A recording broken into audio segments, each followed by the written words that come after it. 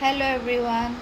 আহাৰ দিনাৰ পিছৰ প্ৰায় ব্লগ বনোৱাই হোৱা নাছিলে। ঘৰত একদম পূৰা খাইছোঁ শুইছোঁ, ছ'চিয়েল মিডিয়াৰ পৰা অকণমান দূৰত আছিলোঁ। আজি এঠাইত যাম ওলাই, আপোনালোকে চাই থাকিব, গম পাব মই ক'ত যাম।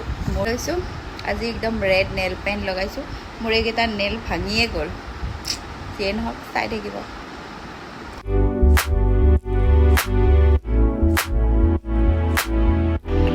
ঘৰত অহাৰ পিছৰ পৰাই ক'তোৱে ওলাই যোৱা হোৱা নাছিল। সেইবাবে আজি ভণ্টিও সোনকালে আহিলে। ভাবিলোঁ যে আমি তিনিওটা অকণমান ওলাই যাওঁ, ইভিনিং সময় ভালো লাগিব মনটো, আৰু সেইবাবে মই ভিডিঅ'টি ভাবিলোঁ আপোনালোককো ভিডিঅ'টি বনাই দেখাওঁ। আচলতে আমি আহিছিলোঁ আমিন গাঁৱত যে এখন নতুনকৈ পাৰ্ক খুলিছে, সেইখনকে চাম বুলি ভাবিলোঁ, আৰু ভাবিলোঁ যে ইভিনিং টাইমটো তাতে স্পেণ্ড কৰোঁ। ঠিকে আছিলে বাৰু পাৰ্কখন, বাচ্ছাৰ কাৰণে বেছি ভাল হয় বুলি মই ভাবোঁ। আৰু যিবোৰ এক্টিভিটিজ আছে সেইবোৰ একচুৱেলি আমি এক্টিভিটিজ কৰা নাছিলোঁ, কাৰণ আগতেও বহুত কিবা কিবি এক্টিভিটিজ কৰি থৈছোঁ। মাত্ৰ আমি পাৰ্কখন চাবৰ কাৰণেহে সোমালোঁ।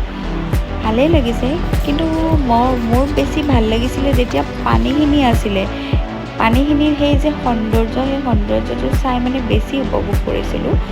বাৰু যিয়েই নহওক, এতিয়া আমি ইভিনিং আহিলোঁ এখন ৰেষ্টুৰেণ্টলৈ বুলি। অলপমান ভোক লাগিল, আৰু এয়া আহি আমি ৰেষ্টুৰেণ্টখন সঁচাই বৰ ধুনীয়া আছিল, নতুনকৈ খুলিছিলে। আৰু এতিয়া অকণমান আমি খানাটো অৰ্ডাৰ দি অলপমান বাহিৰৰ ভিউটো এনজয় কৰিলোঁ। আচলতে নতুন নতুন ৰেষ্টুৰেণ্ট হওক, নতুন নতুন খানা, সেইবোৰ টেষ্ট কৰি সঁচাই বৰ ভাল লাগে। আৰু এয়া আমাৰ খানা আহি পালে। আজিলৈ